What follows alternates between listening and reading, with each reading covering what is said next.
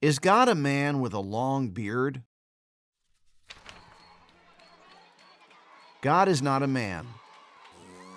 Neither is he a woman. God is pure spirit. Gender has a meaning only in relation to reproduction, which is necessary for the preservation of a species. God doesn't need that. He is eternal and simple. In him we find all the perfections of masculinity and femininity. Sounds logical, and so it is. But then why did Jesus teach us to say the Our Father? A look at the findings of religious studies can be helpful.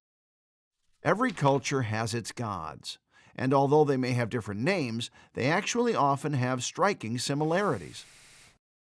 Female gods are mostly mother goddesses and fertility symbols, closely bound to the earth, and reasonably so, because the earth itself is something fertile. The technical term used for the chief characteristic of such female deities is eminence. These goddesses mix with the material world and are bound up with it. Masculine deities, on the other hand, are generally understood to be different from the world. The concept here is transcendence.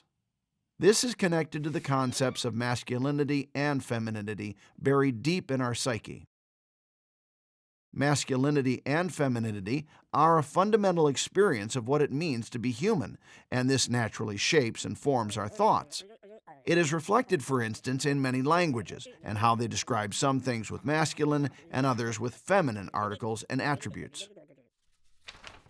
Now, when we call God Father, as Christ teaches us to do, it is not because God is masculine or because he couldn't just as well be our mother.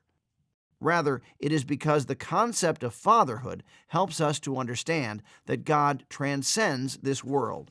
That is, he is different from the world. And since these concepts are rooted so deeply within us, masculine and feminine terms are not simply interchangeable when applied to God. It would radically alter the way we understand him. There is, after all, a great difference between a God that transcends the world and a goddess who is mixed with the earth and the cosmos.